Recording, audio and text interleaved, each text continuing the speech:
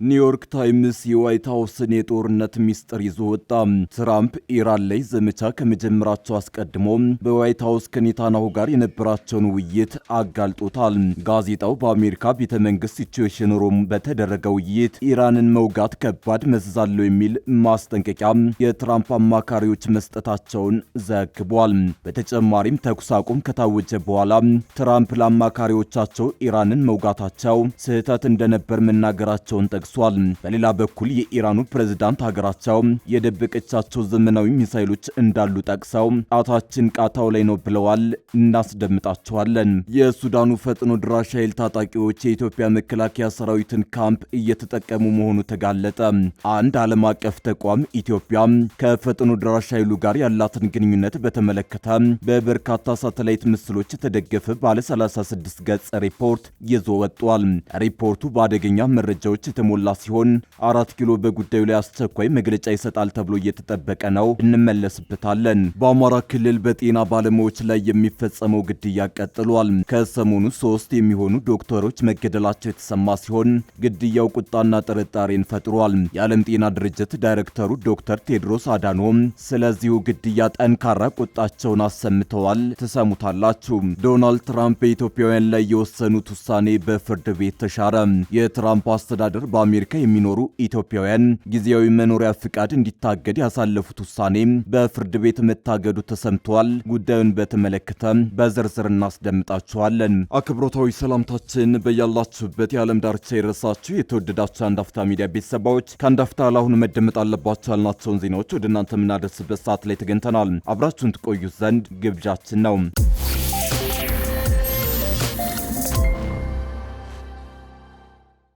ኒውዮርክ ታይምስ የዋይት ሃውስን የጦርነት ሚስጥር ይዞ ወጣ።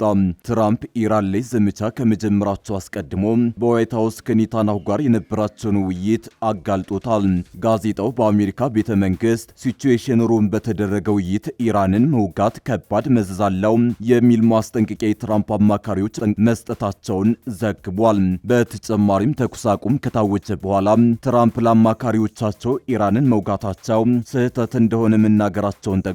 በሌላ በኩል የኢራኑ ፕሬዝዳንት ሀገራቸው የደበቀቻቸው ዘመናዊ ሚሳይሎች እንዳሉ ጠቅሰው ጣታችን ቃታው ላይ ነው ብለዋል። ኢራን ላይ የተከፈተው ጦርነት ከ38 ቀናት በኋላ በተኩስ አቁም ቢገታም ጦርነቱን በተመለከተ ግን እስካሁን ያልተሰሙ ሚስጥራዊ ውይይቶችና የመልእክት ልውውጦች ግን አፈትልከው እየወጡ ነው። ኒውዮርክ ታይምስ በዛሬው እትሙ ይዞት የወጣው ሚስጥራዊ መረጃ በአብነት የሚጠቀስ ሲሆን መረጃው መላው አሜሪካውያንንና ዓለምን እያነጋገረ ነው። ጋዜጣው ከሁነኛና ታማኝ ምንጮቼ አገኘው ሲል ትራምፕ፣ ኔታንያሁ፣ ማርክ ሩቢዮና የዋይት ሃውስ ቃል አቀባይ በቤተ መንግስት ውስጥ ባለ ሲቹዌሽን ሩም ውስጥ የተደረገውን ውይይት ይፋ አድርጎታል። ጦርነቱ ከመጀመሩ በፊት በተደረገው በዚህ ስብሰባ የሞሳድ ኃላፊዎችና ኔታንያሁ የተገኙ ሲሆን ሞሳድ ስለ ኢራን አሁናዊ ሁኔታ ለትራምፕ ግምገማውን ማቅረቡን ይዘረዝራል። በግምገማውም የኢራንን መሪዎች ከገደለን ኢራንን በእጃችን ማስገባት እንችላለን የሚል ግምገማ ቀርቧል የሚለው ጋዜጣው በዚህ የሞሳድ ግምገማ ማርክ ሩቢዮና የዋይት ሃውስ ኃላፊዎች አለመስማማታቸውን ጠቅሷል። እነዚህ ሁለት ቁልፍ ባለስልጣናት በወቅቱ ኢራን ላይ ዘመቻ ማወጅ ከባድ መዘዝ አለው ሲሉ ትራምፕን እንዳስጠነቀቁ ጠቅሷል። ነገር ግን ትራምፕ የኔታንያሁንና ሞሳድን ግምገማ በማመን ወደ ጦርነቱ ገቡበት ሲል ይጠቅሳል። ዘገባው አክሎ በጦርነቱ መካከል ትራምፕ በተደጋጋሚ ኢራን ላይ ዘመቻ ማወጃቸው ስህተት እንደነበር ለአማካሪዎቻቸው ይናገሩ ነበር ብሏል። ይህ በእንዲህ እንዳለ የኢራኑ ፕሬዝዳንት ሀገራቸው የደበቀቻቸው ዘመናዊ ሚሳይሎች እንዳሉ ጠቅሰው ጣታችን ቃታው ላይ ነው ብለዋል። የእስራኤል ጥቃቶች መቀጠላቸው ሊደርስ ለሚችል ስምምነት ቁርጠኝነት እንደሚጎደል የሚያሳይ አደገኛ ምልክት ነው ሲሉም ወቅሰዋል። የኢራኑ ፕሬዝዳንት ይህንን አስተያየት በኤክስ ገጻቸው ያሰፈሩት የእስራኤል ጦር የሂዝቦላ ኢላማዎች እንደሆኑ በገለጻቸው የሊባኖስ ስፍራዎች ላይ ከ100 በላይ የአየር ጥቃቶችን በፈጸመ ማግስት ነው። የእስራኤል ጠቅላይ ሚኒስትር ቤንጃሚን ኔታንያሁ አስፈላጊ በሆነ ጊዜ ሁሉ ሂዝቦላ ላይ ጥቃት እንደሚፈጽሙ በዛሬው ዕለት ተናግረዋል። ተናግረዋል። የኢራኑ ፕሬዝዳንት ፔዜሽኪያን በኤክስ ልጥፋቸው የጥቃቶች መቀጠል ከአሜሪካ ጋር የሚደረገውን ድርድር ወደ ትርጉም የለሽ እንደሚያወርደው ገልጸዋል። የኢራን እጆች ቃጣው ላይ ሆነው እንደሚቀጥሉም ጽፈዋል። የኢራን ፓርላማ አፈ ጉባኤ በበኩላቸው የተኩስ አቁም ጥሰቶች ግልጽ ዋጋ እንደሚያስከፍሉና ጠንካራ ምላሽ እንደሚያስከትሉ ተናግረዋል። ሊባኖስ የማትነጠል የተኩስ አቁም አካል መሆኗን የገለጹት አፈ ጉባኤው መሐመድ ባጋር ጋሊባፍ ለክህደትና ማፈግፈግ የሚሆን ቦታ እንደሌለ አሳስበዋል። በአስቸኳይ እሳቱን አጥፉት ሲሉም አክለዋል። ግብጽ ጦሯን አስጠግታ ካስገባችበት ከታላቁ ህዳሴ ግድብ አቅራቢያ በሚገኝ የኢትዮጵያ ወታደራዊ ካምፕ ለሱዳኑ ፈጥኖ ድራሽ ኃይል ድጋፍ እየተደረገ መሆኑን የሚያሳይ አዲስ ሪፖርት ወጣ። እንደ ሚድል ኢስት አይ እና ብሉምበርግ ያሉ ሚዲያዎች እንዲሁም አንድ የምርምር ተቋም በተመሳሳይ ጊዜ ባወጡት ሪፖርት የኢትዮጵያ መንግስት ለሱዳኑ የፈጥኖ ድራሽ ኃይል አማጺ ቡድን የወታደራዊ ቁሳቁስና መሳሪያ ድጋፍ እየሰጠ ይገኛል ብለዋል። በቤንሻንጉል ጉሙዝ ክልል አሶሳ ከተማ መውጫ ላይ የሚገኝ የኢትዮጵያ መከላከያ ሰራዊት ካምፕ ለፈጥኖ ድራሽ ኃይሉ ታጣቂዎች መሸሸጊያ መሆኑን ሚድል ኢስት አይ ዘግቧል። በአሜሪካዊ የየል ዩኒቨርሲቲ ተመራማሪዎች ባደረጉት የሳተላይት ምስል ክትትል ቁጥራቸው 200 የደረሱና ቴክኒካል ተብሎ የሚጠሩ የጦር መኪኖች፣ ድንኳኖች፣ የነዳጅ መጋዘኖችና መኪኖቹ ላይ የሚጫኑ ጠበንጃዎች ሁሉ ሳይቀሩ በካምፑ ታይተዋል ተብሏል። የኢትዮጵያ መከላከያ ለሱዳኑ ፈጥኖ ድራሽ ኃይል ትጥቅ ካቀረበ በኋላ በድንበር አካባቢ የጀነራል አልፑራን ይዞታ ላይ ጥቃት መፈጸሙ ተጠቁሟል። ቡድኑ በፈጸመው ጥቃት ቢያንስ በ3 የሱዳን ብሉ ናይል ግዛት መንደሮችን መቆጣጠሩ የተገለጸ ሲሆን ጥቃቱ የተፈጸመው ከኢትዮጵያ ድንበር በኩል መሆኑ ተመላክቷል። ከኢትዮጵያ መከላከያ ድጋፍ አግኝቷል የተባለውን የፈጥኖ ድራሽ ኃይል ቡድን የሚያግዙ የተባበሩት አረብ ኤሚሬትስ መኮንኖች በአካባቢው ተሰማርተዋል ተብሏል። በርካታ የቴክኒካል ጦር መኪኖቹ በሶማሊያ ፑንትላንድ ግዛት ከሚገኘው የበርበራ ከተማ ወደብ ተነስተው ወደ ኢትዮጵያ ማቅናታቸውን ዘገባው ጠቅሷል። የጦር መኪኖቹን ከቦሳሶ ወደ አሶሳ የሚያጓጉዙ የጭነት ተሽከርካሪዎች በምስራቅ ወለጋ ዞን መንዲ አካባቢ ማለፋቸውን የሚያሳይ የሳተላይት ምስል ተገኝቷል ተብሏል። በቦሳሶ ከተማ በተባበሩት አረብ ኤሚሬትስ የተቋቋመው የጦር ካምፕ ለአርኤስኤፍ ታጣቂዎች የስልጠናና የመሳሪያ ድጋፍ በሀገሪቱ የጦር አዛዦች እንደሚሰጥም ተገልጿል። የሳተላይት ተመራማሪዎቹ ከአሶሳ በተጨማሪ በመላው ኢትዮጵያ የሚገኙ 14 ሌሎች የኢትዮጵያ መከላከያ ሰራዊት ካምፖችን ለወራት ተከታትለዋል። የኢትዮጵያ መከላከያ ሰራዊት ከጥር ወር ጀምሮ ከትግራይ ወይ ከኤርትራ ጋር ሊነሳ ይችላል ለተባለው ጦርነት ወታደራዊ ተሽከርካሪዎች እና ድሮኖችን ሁሉ ወደ ሰሜን ግንባር ማስጠጋቱን ሲከታተሉ ነበር ተብሏል። በአሁኑ ወቅት በርካታ የጦር መሳሪያዎች ወደ ቤንሻንጉል ጉሙዝና የሱዳን ድንበር መጠጋቱን ዘገባው አመልክቷል። ከጥር ጀምሮ አቡዳቢ የሚነሱ የአንቶኖቭ ካርጎ አውሮፕላኖች ወደ ባህር ዳርና የቢሾፍቱ ሐረር ሜዳ ኤርፖርቶች በርካታ በረራዎች መደረጋቸውን የሚድል ኢስት አይ ዘገባ ያመላክታል። በሶማሊያ በሱዳንና በኢትዮጵያ ያሉ የመረጃ ምንጮች በኢትዮጵያ ለፈጥኖ ድራሽ ኃይል የሚደረገው ወታደራዊ ድጋፍና አቅርቦት አገልግሎቱን እያመቻቸ ያለው የተባበሩት አረብ ኤሚሬትስ መንግስት እንደሆነ ዘገባው አመላክቷል። በቅርቡ ኢትዮጵያ ለሱዳኑ ፈጥኖ ድራሽ ኃይል ታጣቂዎች የስልጠና ካምፕ ገንብታለች ሲል ሮይተርስ የምርመራ ዘገባ ማውጣቱ ይታወሳል።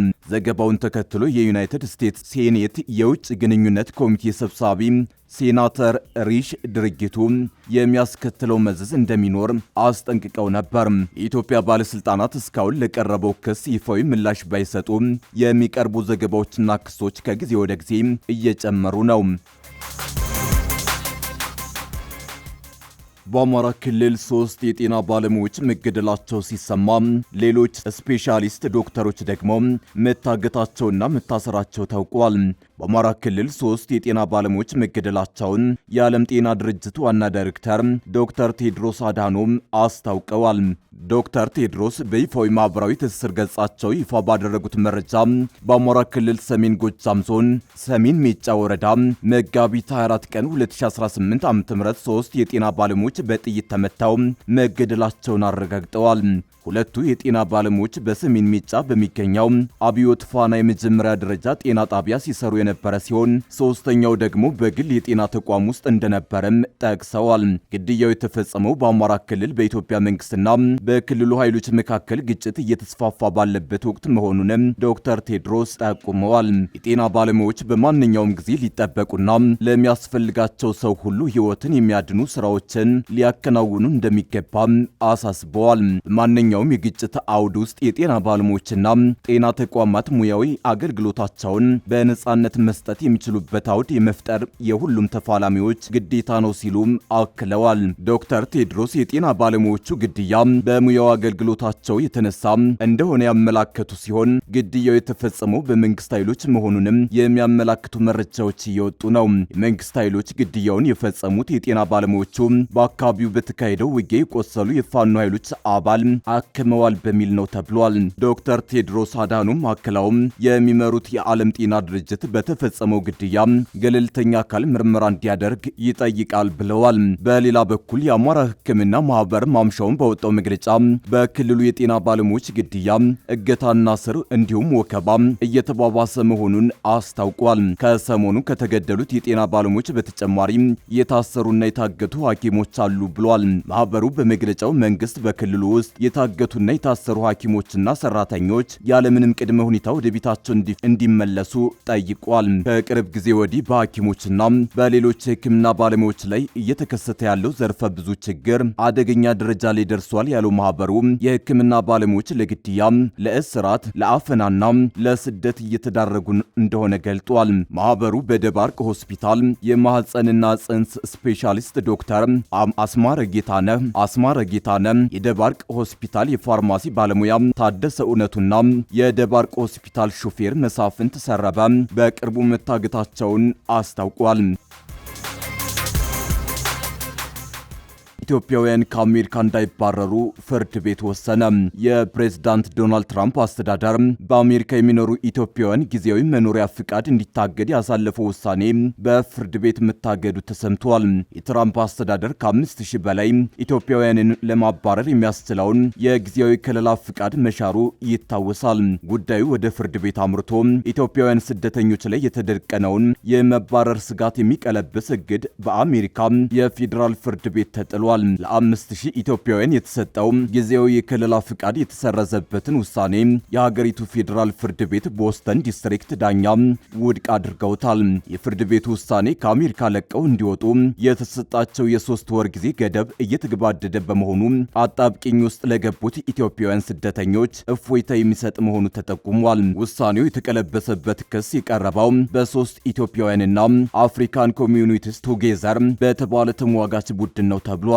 የከሳሾቹ መከራከሪያ የትራምፕ አስተዳደር ኢትዮጵያ አስተማማኝ ነች በሚል ጊዜያዊ ከለላውን ማንሳቱ አሁንም ድረስ በተለያዩ የሀገሪቱ ክፍሎች ያለውን የትጥቅ ግጭትና ሰብአዊ ቀውስ ያላገናዘበ ነው የሚል ነው። የቦስተኑ ፍርድ ቤት ዳኛ ብሬን መርፊ ትናንት በሰጡት ውሳኔ የትራምፕ አስተዳደር ትዕዛዝ አስቀድሞ የታሰበና የተወሰነ እንጂ በኢትዮጵያ ውስጥ ያለውን ተጨባጭ ሁኔታ አጥንቶና አገናዝቦ የተወሰነ አይደለም ብለዋል። ይህ ውሳኔ በሺዎች የሚቆጠሩ ኢትዮጵያውያን በአሜሪካ ያላቸውን ቆይታ የሚያረጋግጥ መሆኑ ተጠቁሟል። በአሜሪካ በተፈጥሮ አደጋዎች፣ በጦርነትና በሌሎች ልዩ አደጋዎች ምክንያት ከሀገራቸው የሸሹ ሰዎች በጊዜያዊነት የመኖርና የመስራት ፍቃድ ይሰጣቸዋል። በአሁኑ ወቅት የኢትዮጵያን ጨምሮ የጊዜያዊ ከለላ ፍቃድ የተሰጣቸው የ13 ሀገራት ዜጎች በአሜሪካ እንደሚኖሩ መረጃዎች አመላክታሉ። የትራምፕ አስተዳደር ጊዜያዊ ከለላ ፍቃድ በቋሚነት ለመኖሪያነት የሚያገለግል የጉዞ ትኬት አይደለም በሚል የጸና አቋም ይዟል። በዚህም በአሸባሪዎች የምትታመሰው ጎረቤት ሀገር ሶማሊያን ዜጎችን ጨምሮ በርካታ አፍሪካውያን ስደተኞች ከአሜሪካ የመባረር አደጋ ውስጥ ገብተዋል።